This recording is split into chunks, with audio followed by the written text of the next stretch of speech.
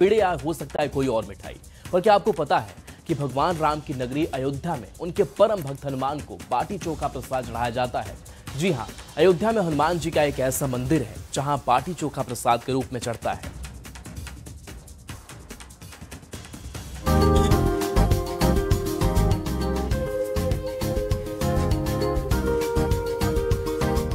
अयोध्या में राम मंदिर के बनने से यहाँ का पुरातन वैभव लौट आया है। रोज बड़ी संख्या में श्रद्धालु पहुँच रहे हैं। श्रद्धालु रामलला के दर्शन से पहले हनुमान गढ़ी में जाते हैं। वहीं राम मंदिर से करीब 2 किलोमीटर की दूरी पर हनुमान जी का एक और मंदिर है जिसकी काफी मान्यता है और जहां रोज लगाया जाता है बाटी चोखा का भोग। इसके पीछे भी पौराणिक मान्यता है। सरयू नदी का प्रसिद्ध बाटी घाट है जहाँ हर दिन भक्तों का सैलाब उमड़ता है। यहाँ बाटी बाबा के नाम से प्रसिद्ध हनुमान जी की विशेष पूजा होती है। हनुमान जी ही यहाँ के मुख्य देवता हैं। अयोध्या में एक अनोखी परंपरा के तहत हनुमान जी को बाटी और चोखा रोज अर्पित किया जाता है। अरे बाटी चोखा प्रधान है, बाकी तो दाल चावल पूरी सब्जी सब रहता है। हलवा प्रतिदिन यहाँ प्रसाद भी लोग ग्रहण करने आते हैं। जी सब आते हैं। मंगल शनिवार विशेष करके रहता है, बाकी नित्य रहता है।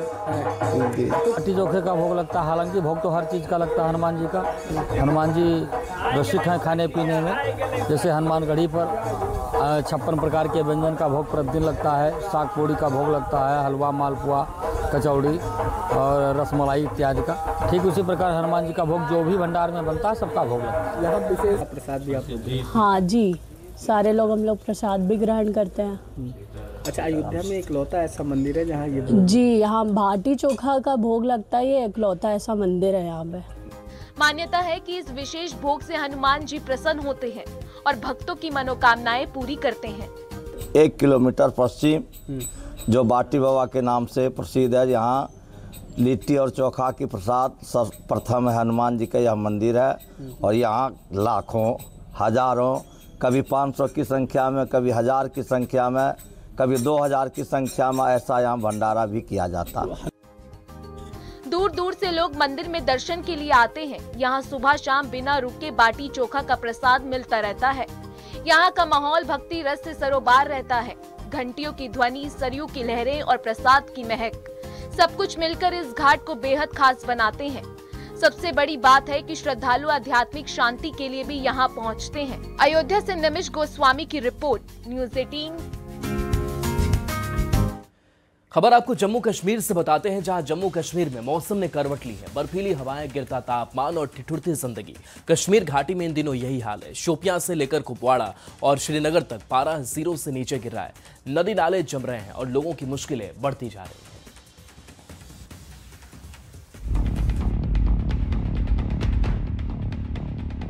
धरती की जन्नत कहे जाने वाली कश्मीर इस वक्त कड़ाके की ठंड से कांप रही है। तापमान तेजी से लुढ़क रहा है और हालात इतने सख्त हैं कि नदी नालों से लेकर घरों के नल तक जमने लगे हैं। शोपियां इस वक्त ठंड की सबसे बड़ी मार झेल रहा है, जहां न्यूनतम तापमान -6.7 डिग्री सेल्सियस तक पहुंच गया। ठंड का आलम यह है कि कई इलाकों में पानी के नल और पाइपलाइनें पूरी तरह से जम गई है। पीने के पानी की आपूर्ति बाधित है और लोग रोजमर्रा की जरूरतों को लेकर परेशान हैं।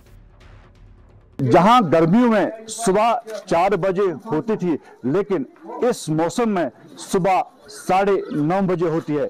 क्योंकि अगर हम देहातों की बात करेंगे तो सर्दियों में दिन ब दिन इजाफा होता जा रहा है। अगर आप पीछे देख सकते हैं कि हमारे पीछे जो लोग हैं वो फैरन पहन के हैं, क्योंकि गाँव का कल्चर होता था पहले। यानी कि अगर हम बात करेंगे पुराने लोगों की, घास की मैटिंग बनाया करते थे और जो खिड़कियां होती थी उनमें पॉलिथीन का इस्तेमाल करते थे ताकि वो सर्दियों से बच जाते थे। नवंबर में ही इस कदर ठंड ने लोगों की चिंताएं बढ़ा दी है। दुकानों पर गर्म कपड़े, कांगड़ी और सर्दियों के सामान की मांग अचानक बढ़ गई है।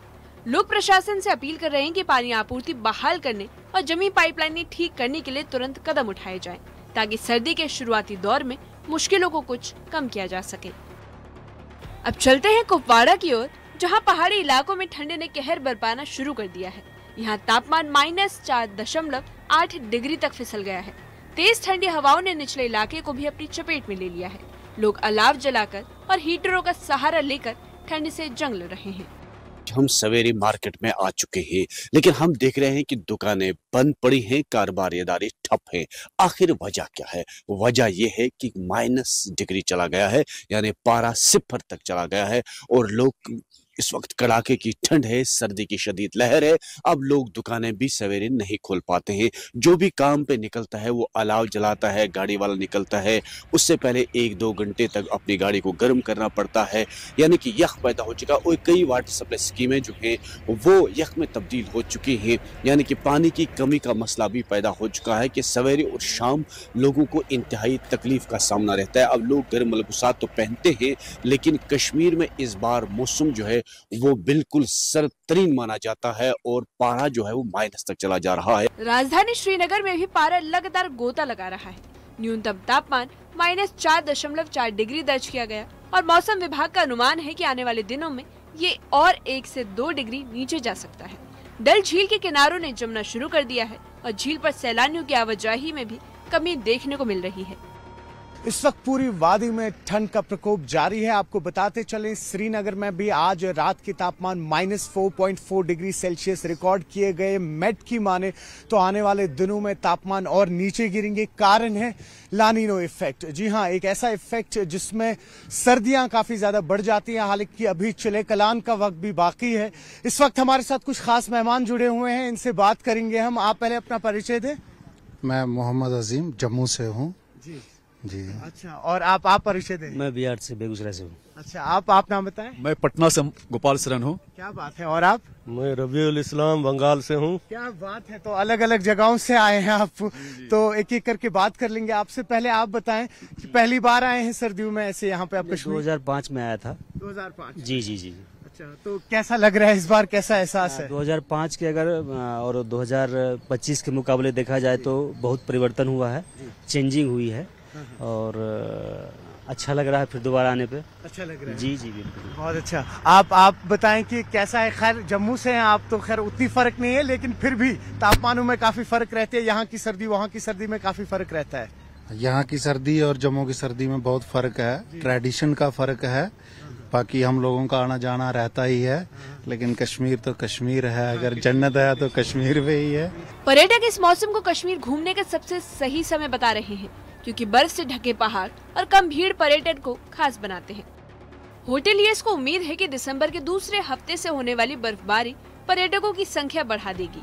मौसम विभाग के अनुसार घाटी अभी कठोर सर्दियों के दौर की शुरुआत पर है, लेकिन आने वाले दिनों में बर्फबारी राहत भी देगी और तापमान भी थोड़ा बढ़ने की उम्मीद है। Bureau report, news 18।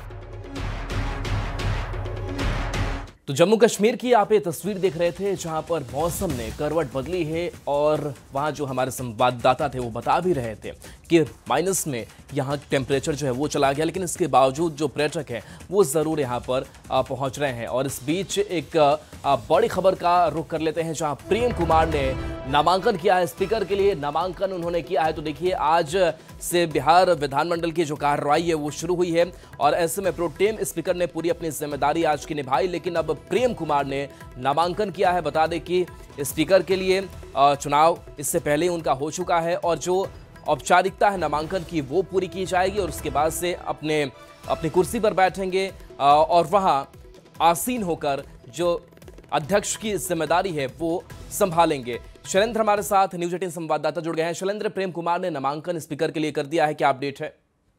हाँ बिल्कुल, देखिए एनडीए के उम्मीदवार के तौर पर उन्होंने नामांकन किया है और सबसे पहले न्यूज़ 18 ने ही इस खबर को दिखाया था कि प्रेम कुमार बिहार विधानसभा के अध्यक्ष बनाए जाएंगे और अब नामांकन उन्होंने एनडीए के उम्मीदवार के तौर पर कर दिया है। और जाहिर सी बात है कि विपक्ष के पास संख्या काफी कम है, तो अब इस बात की उम्मीद भी कम है कि विपक्ष की तरफ से भी कोई उम्मीदवार होगा और निर्विरोध तौर पर प्रेम कुमार बिहार विधानसभा के अध्यक्ष चुने जा सकते हैं।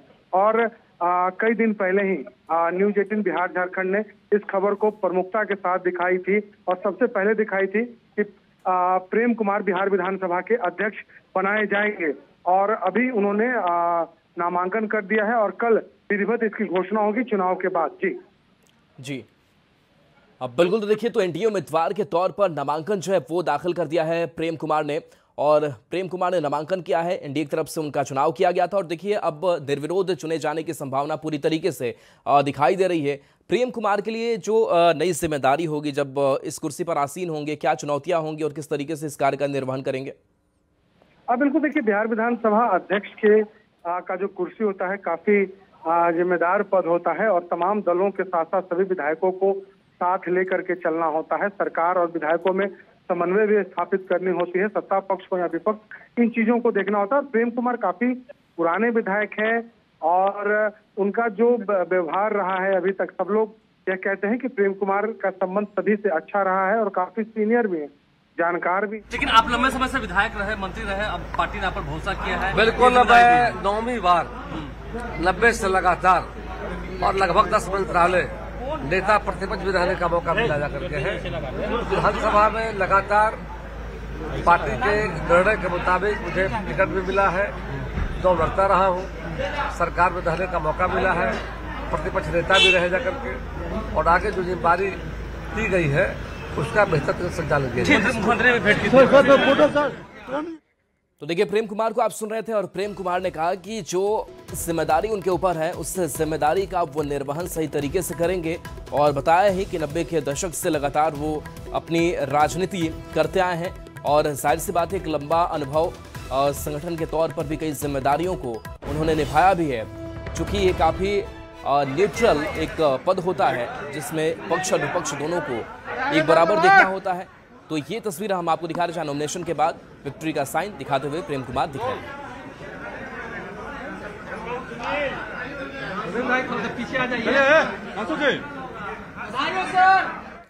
और ये तस्वीर आपको नॉमिनेशन की दिखा रहे हैं जहां डिप्टी सीएम, दोनों बिहार के डिप्टी सीएम की मौजूदगी और ये औपचारिकता जो है नॉमिनेशन की वो पूरी की गई है।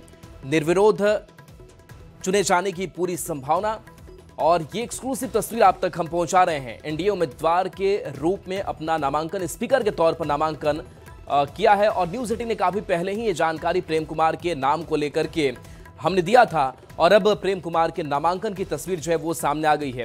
तो देखिए, चूंकि विधानसभा का सत्र चल रहा है तो अब वो अपने कुर्सी पर आसीन होंगे और विधानसभा की कार्यवाही जो है वो उसे पूरी करेंगे।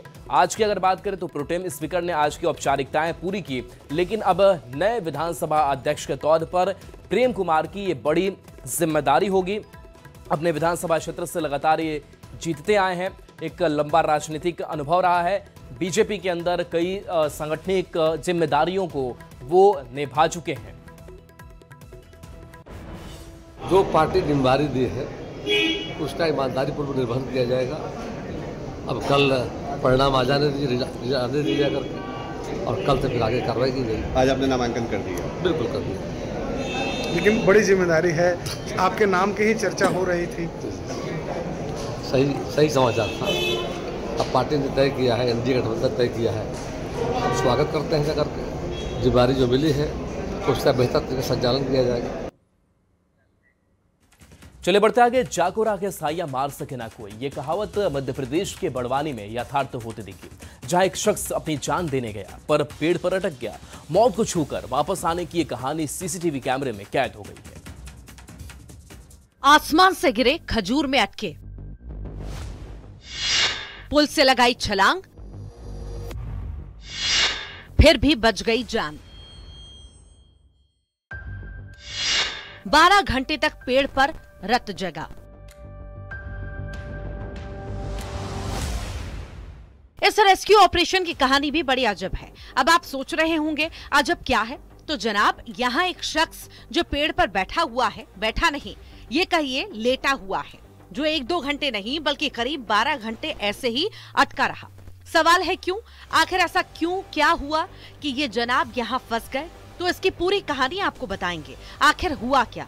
सुना होगा आपने, आसमान से गिरे खजूर में अटके। इनके साथ कुछ ऐसा ही हुआ है। जनाब गए थे सुसाइड करने तो सीधे पुल से नदी में छलांग लगा दी। शायद जिंदगी से मन भर गया था, लेकिन कहानी ही बदल गई। इनकी जान बच गई क्योंकि ये सीधे पेड़ पर जाकर अटक गए। अब पेड़ पर अटके तो समझ आ गया कि गलती हो गई, लेकिन अब बाहर कैसे आए? तो सर्द रात में ऐसे ही रत जगह करना पड़ा कि कोई तो आए, बाहर निकाले। अब क्या हुआ देखिए। रेस्क्यू टीम को खबर लगी, कोई शख्स यहाँ फंसा हुआ है तो रेस्क्यू ऑपरेशन चलाया गया। जैसे ही बोट पहुंची तो उनकी जान में जान आई कि चलो बच तो गए। हाथ दिया और रेस्क्यू ऑपरेशन हुआ। जब इनसे पूछा गया यहाँ कैसे फंसे तो कुछ नहीं बोले और सीधे बोट में जाकर सो गए कि रात पर पेड़ पर रत जगह हो गया, अब जरा सुकून से सोने दीजिए।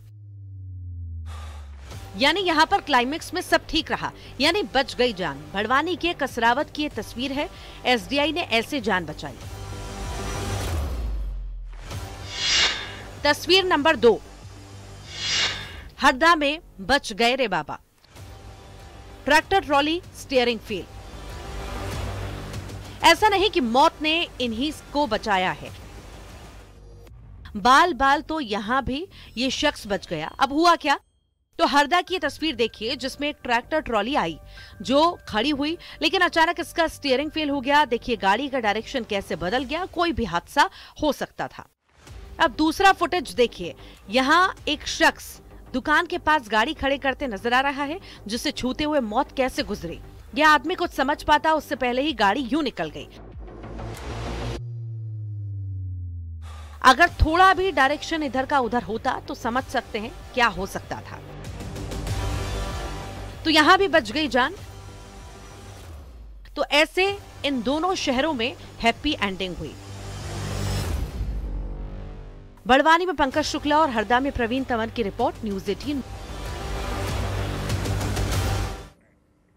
अब आपको घुंघवाली कातिल से मिलवाते हैं। एक ऐसी लेडी किलर जो अपने चेहरे के साथ अपने गुनाहों के राज भी घूंघट में छिपाकर घूमती है। उस लेडी किलर ने 5 साल के मासूम की हत्या कर दी और किसी को उस पर शक तक नहीं हुआ। पर कहते हैं ना, कर्मों का फल तो सबको मिलता है। एक ऐसा सुराग पुलिस के हाथ लगा कि घूंघट वाली कातिल के हर गुनाह से पर्दा उठ गया।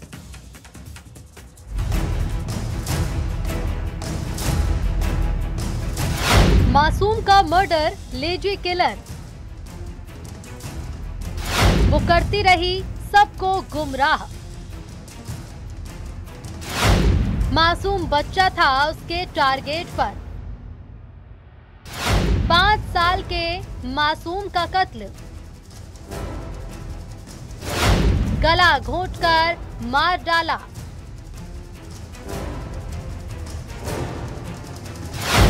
हैंडपंप के पास फेंकी लाश।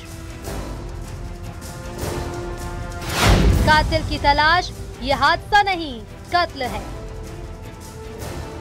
किसी कातिल के दिमाग में क्या क्या चल सकता है। उसके दिमाग में ऐसा कौन सा केमिकल लोचा होता है जो ये सोचता है कि कत्ल करके वो छुप जाएगा। इस लेडी किलर के दिमाग को पढ़ने की पुलिस वाले भी कोशिश कर रहे हैं, क्योंकि इसने भी कुछ ऐसा ही सोचा था कि वो हत्या करेगी और छिप जाएगी। जिसने तय कर लिया था कि वो कत्ल को कुछ इस तरह से करेगी कि यह हत्या नहीं बल्कि हादसा लगेगा। जिसका शिकार बना 5 साल का मासूम। भला 5 साल के मासूम को कौन मौत के घाट उतारने की सोच सकता है। एक मासूम से ऐसी नफरत हैरान कर देती है। लेकिन मऊगंज के हनुमाना थाना इलाके में कुछ ऐसा ही हुआ। आरोपी महिला है सुनैना साकेत। ये हनुमाना थाना क्षेत्र में एक ढाबा तिबरियन एक जगह है जहाँ पर 19 तारीख की ये घटना, 19 नवंबर की, जिसमें पुलिस को सूचना मिली थी कि एक 5 साल का एक बच्चा है जो जिसकी डेड बॉडी मिली है, उस पर जो है मर्ग कायम किया गया, मर्ग जांच की गई, उसका पीएम कराया गया। पीएम की रिपोर्ट में ये पता चला कि उसकी हत्या की गई है, उसको चोटें थी कुछ। 5 साल के मासूम की लाश हैंडपंप के पास मिली। दरअसल आरोपी महिला सुनैना ने बच्चे की हत्या की और ये कत्ल हादसा लगे इसके लिए हैंडपंप के पास लाश फेंक दी, जिससे मर्डर को एक्सीडेंट की शक्ल दी जा सके। लेकिन मासूम बच्चे के गले पर खरोच के निशान कत्ल की गवाही दे रहे थे। पुलिस की टीम को इन्हीं सबूतों और सुराग से यकीन हो गया कि ये कत्ल है। इधर परिवार की जिंदगी के पन्ने पलटाए गए तो कातिल कोई बाहरी नहीं बल्कि करीबी रिश्तेदार निकली, आरोपी सुनैना। हमने तत्काल इसमें एफआईआर की और एफआईआर करने के बाद इसमें मौके पर पूरी कार्रवाई की गई, इन्वेस्टिगेशन किया गया।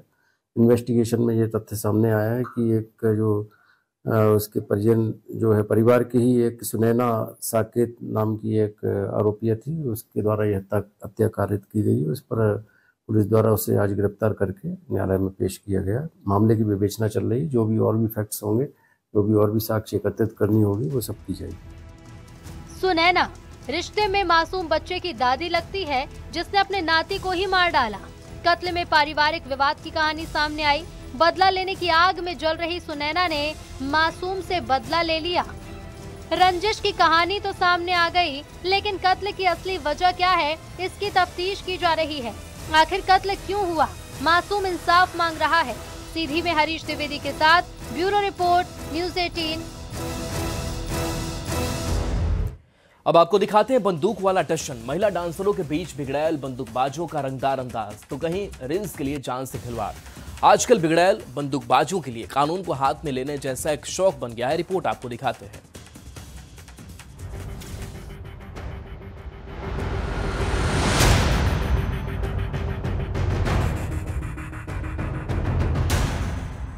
यहाँ बोली जाती है बंदूक की बोली।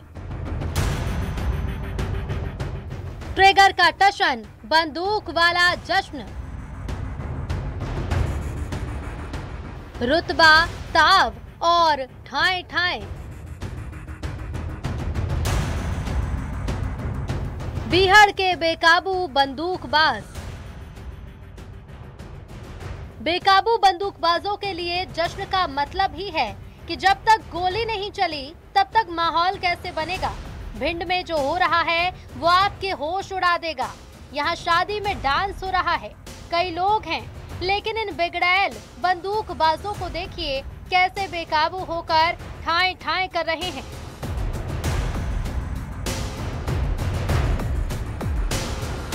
लोगों के बीच ऐसे गोलियां दाग रहे हैं। इस दनादन फायरिंग से महिला डांसर डर रही है। कुछ लोगों ने कान में उंगली लगा दी है, फिर भी टशन बदस्तूर जारी है। सोचिए जरा, एक मिसफायर और क्या हो सकता था। लेकिन मजाल है कि ये बाज आते रुक जाते। भिंड के मालनपुर थाना इलाके का ये मामला है। गिरोंगी गांव में शादी समारोह में जमकर हर्ष फायरिंग हुई। मामले में पुलिस ने एक्शन भी लिया। 3 अज्ञात लोगों पर मामला दर्ज किया। जी हाँ, एक वीडियो सोशल मीडिया के माध्यम से हमारे संज्ञान में है कि थाना मालनपुर के एक ग्राम गिरोगी गांव का है, एक शादी समारोह का है, जिसमें 3 अज्ञात व्यक्ति फायरिंग करते हुए नजर आ रहे हैं। इसमें हमने अज्ञात 3 आरोपी के खिलाफ प्रकरण पंजीबद्ध कर लिया और थाना प्रभारी और उनकी टीम लगातार उनको ढूंढने का प्रयास किया। इसमें हमने प्रकरण पंजीबद्ध कर लिया। विधि संबंध जो कार्रवाई होती है हम करते हैं। सिर्फ भिंड ही नहीं बल्कि मुरैना में भी ये बंदूकबाज बाज नहीं आ रहे। यहाँ तो बकायदा स्टेशन की रील बनाई गई। कुछ इस अंदाज में रेठौरा थाना इलाके का बताया जा रहा है वायरल वीडियो। और अब इस वीडियो पर क्या एक्शन होगा? सवाल है कि आखिर ये बाज क्यों नहीं आते? कब तक चलता रहेगा बंदूकबाजों का ऐसा खेल? भिंड में रवि रमन त्रिपाठी और मुरैना में अमित शर्मा की रिपोर्ट, न्यूज़ 18।